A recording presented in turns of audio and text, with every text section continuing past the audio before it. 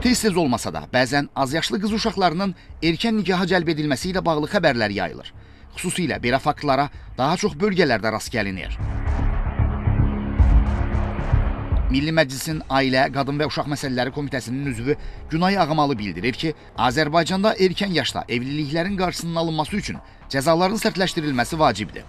O, həmçinin mövcud qanunvericiliyin yetərli olmadığını və daha ciddi tədbirlərin görülməsinin zəruriliyini vurğulayıb.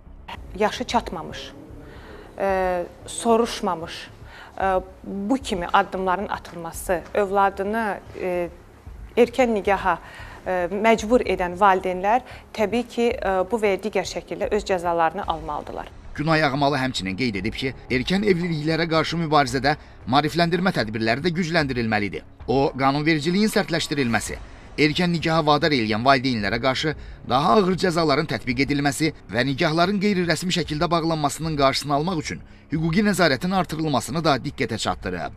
Məktəblərdə tək uşaqlarla deyil, həm də valideynlərlə bu iş aparılmalıdır. Bunu edən yalnız və yalnız mən elə hesab edirəm ki, maariflənməmiş insanlardır və yenə də deyirəm, burada məsələnin daha çox həll olunması istiqamətində məsuliyyət düşür təbii ki, valideynlərə və eyni zamanda bu məsələlərin, bu problemlərin qarşısının alınması üçün yalnız və yalnız qanundan deyil, həm də maarifləndirmə işini biz gücləndirməliyik. Millət vəkili Müşfiq Məmmədov isə qeyd edib ki, dünya təcrübəsində azyaşlı uşaqların erkən yaşda evliliyə cəlb olunması faktı aşkarlandıqda qanunvericiliklə daha sərt cəzalar nəzərdə tutulur. Skandinaviya ölkələrində ümumiyyətlə azyaşlının, uşaqların hüquqları bir qədər daha fərqli ampuladadır. Burada birbaşa valideynlik hüququndan məhrum etmə məsələləri daha sərt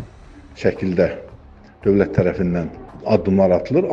Qonşu Türkiyədə də bu istiqamətdə müvafiq addımlar atılır. Oradakı qanunvericiliyə nəzər yetirdikdə burada da valideyn hüququndan məhrum etmə və yaxud müxtəlif inzibati tədbirlərdən çox cinayət hüququndan daha çox istifadə hallarına da müşahidə edirik. Millət vəkili qeyd edib ki, mövcud problemlərin aradan qaldırılması istiqamətində cəzaların sərtləşdirilməsi ilə yanaşı, müxtəlif qurumlar birgə fəaliyyət dairəsini genişləndirməlidir. Nərmin Məmmədhəsənli, Yusif Kərimli, Davud İbrahimov, Xəzər xəbər.